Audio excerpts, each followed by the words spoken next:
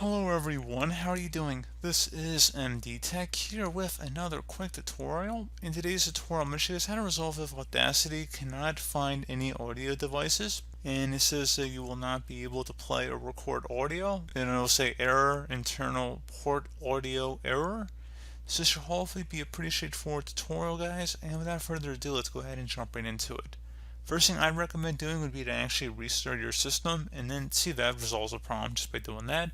Another thing, if you want to unplug your audio device from your computer and then plugging it back in, that's worth a shot as well. And we're also going to try updating our audio device drivers. So we're going to open up the Start menu, type in Device Manager. Best result should come back with Device Manager. So go ahead and left click on that.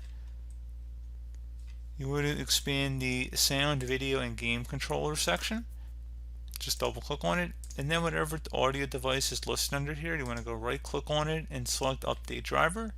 Select Browse My Computer for drivers, and then select Let me pick from a list of available drivers on my computer.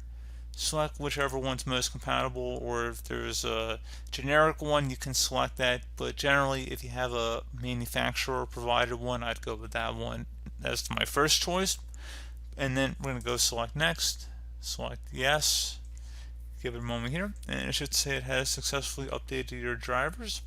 So, like I said, pretty straightforward process, guys. Would suggest restarting your computer after you do that, and that should be about it. So, as always, thank you guys for watching this brief tutorial. I do hope I was able to help you out, and I do look forward to catching you all in the next tutorial. Goodbye.